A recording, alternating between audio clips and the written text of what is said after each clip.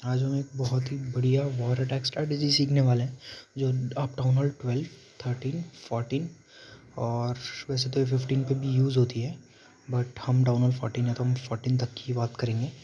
तो मैंने जस्ट कुछ दिन पहले ही टाउन हॉल 14 किया है, हैमर जैम कह रहा हूँ।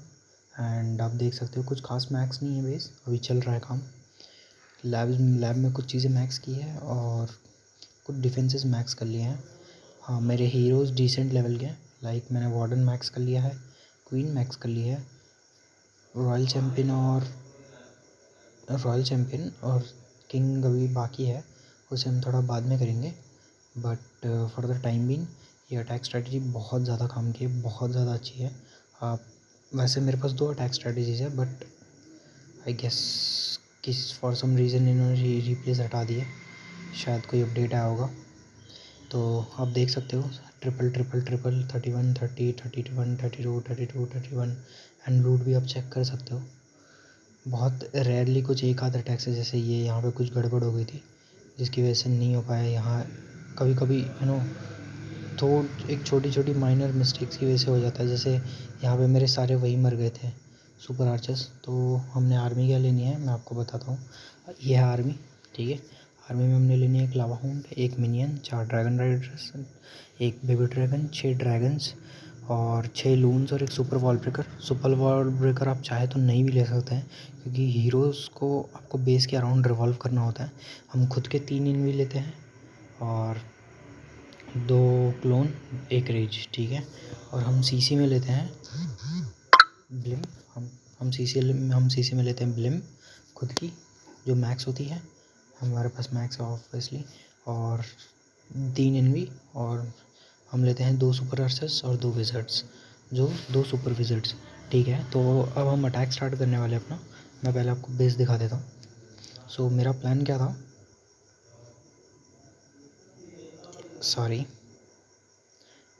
मेरा प्लान क्या था कि ये रहा मेरा, आप देख लो बेस काफ़ी अच्छा खासा मैक्स है, सिर्फ एयर डिफेंस और I guess if I am not wrong तो सिर्फ मोटार्स और एयर डिफेंस है जो इसके मैक्स आउट नहीं है। बाकी पूरा बेस लगभग मैक्स आउट है।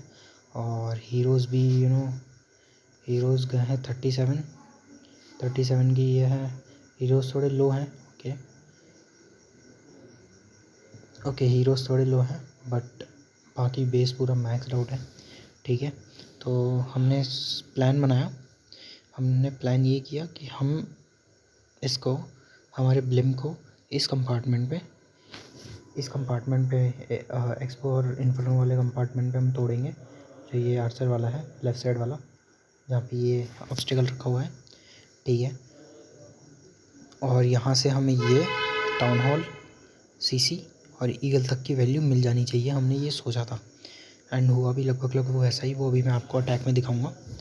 और हमने सोचा कि बेस को मतलब हीरोज़ को बाहर की तरफ से यहाँ से रिवॉल्व करेंगे, ये यहाँ से, ताकि हमारे जो ड्रैगन्स हैं वो कहीं भटकेंगे नहीं।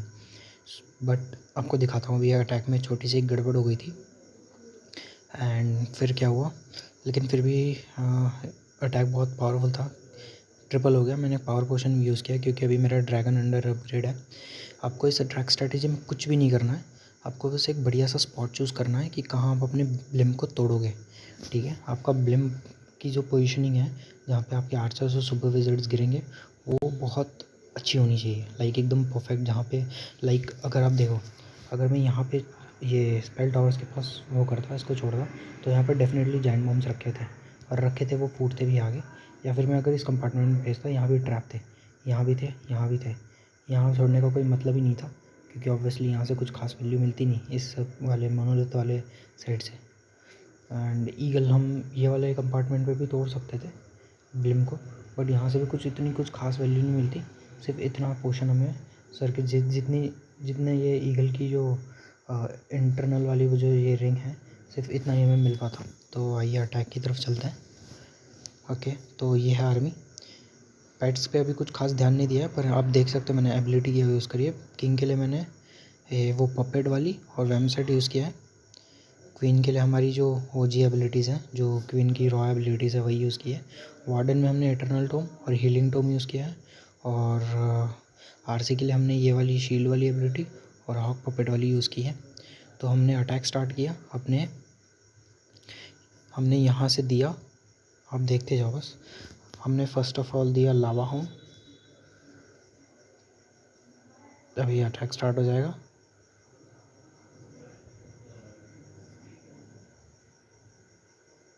हमने दिया first of all lava hound and blimp. गलती ये हो गई कि एयर स्वीपर था, बट चल गया काम, कोई बात नहीं है। एयर स्वीपर का ध्यान लावा हाउंड पे चला गया। हमने बहुत प्रिसीजन आपको यहाँ पे ना बहुत प्रिसाइजली हैंडल करना है कि आपका ब्लिम्प टूटना कहाँ चाहिए। आपके इनवी स्पेल्स की पोजीशनिंग और आपके स्पेल्स की पोजीशनिंग, ये जो स्टार्टिंग का फेस है इस अटैक में बहुत इंपॉर्टेंट है। हमने क्या किया, हमने ब्लिम्प को इस कंपार्टमेंट में, जैसा कि आपको बताया था, ये एयर स्वीपर वाले कंपार्टमेंट में से तोड़ा, ठीक है। यहाँ तोड़ने के बाद सारे ट्रूप्स अंदर थे, मतलब यहीं लॉक्ड होते हैं, अंदर पूरा पैक था, कोई ट्रैप का कोई चांसेस नहीं था और पूरा इनवी इसको कवर कर लेता। फिर हमने अपने स्पेल्स गिराना शुरू किए। दो सुपरविजर्स और दो सुपर आर्चर्स थे हमारे पास। सीसी भी मिल गई वहाँ से, टाउन हॉल मिल गया। अब वैल्यू देखो बस, 25% की वैल्यू अभी मिल चुकी है, 26। अब वैल्यू देखो बस, कितनी वैल्यू हमें मिलने वाली है अभी। 27% की वैल्यू हमें बिना कुछ किए मिल गई थी और शायद 2 हीरोज़ भी हमने ऐसे डाउन कर लिए थे। इसके बाद हमने अटैक स्टार्ट किया। मुझे लगा किंग बाहर की तरफ जाएगा, मैंने एक वॉल ब्रेक दे दिया था, बाहर की तरफ रिवॉल्व कर जाएगा यहाँ से, और ये लेते लेते बट वो अंदर चला गया। कोई बात नहीं है, हमें ईगल भी नहीं मिली थी, बट स्टिल काम चल गया।